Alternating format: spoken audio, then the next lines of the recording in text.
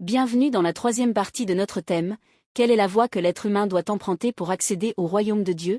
Dans la seconde partie, nous avions conclu que la voie conduisant au royaume de Dieu devait impérativement porter deux marques essentielles, le qualificatif amour, et le nom nouveau de Dieu. Cependant, certaines interrogations fondamentales restaient en suspens.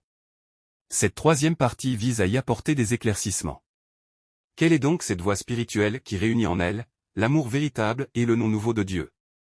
De nombreux mouvements ou associations incluent le mot amour dans leur appellation. Pourtant, ce qui permettra de distinguer la véritable voie spirituelle, c'est la révélation du nom nouveau de Dieu. Car il est écrit dans les Saintes Écritures.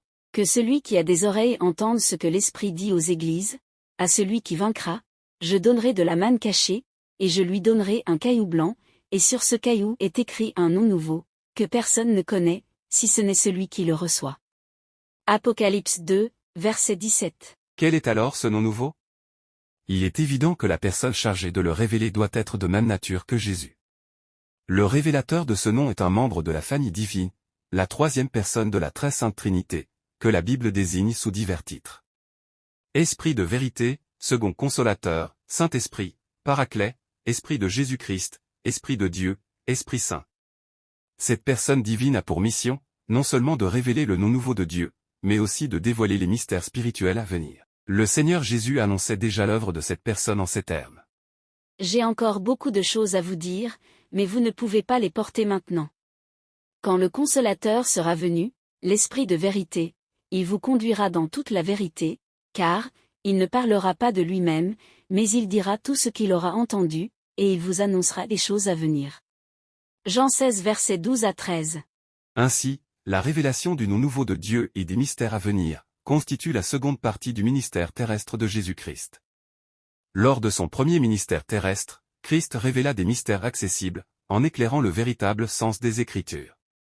Pour cela, il fut rejeté, combattu et crucifié. Il savait que le monde n'était pas encore prêt à recevoir les révélations de la plus haute dimension spirituelle. Ces vérités célestes étaient donc réservées à une phase ultérieure de son œuvre. C'est pourquoi, s'adressant à ses disciples, il leur dit: « J'ai encore beaucoup de choses à vous dire, mais vous ne pouvez pas les porter maintenant. » En cela, Jésus reconnaît que ses disciples ne sont pas encore mûrs pour accueillir certaines vérités célestes. Ces vérités, il les confie à la seconde partie de son ministère, sous la forme de l'Esprit de vérité. Or, cet Esprit de vérité n'est autre que Jésus lui-même, revenu sous une autre forme. En effet, il ajoute aussitôt après: « Encore un peu de temps, et vous ne me verrez plus, puis encore un peu de temps, et vous me verrez, parce que je vais au Père. » Jean 16 verset 16.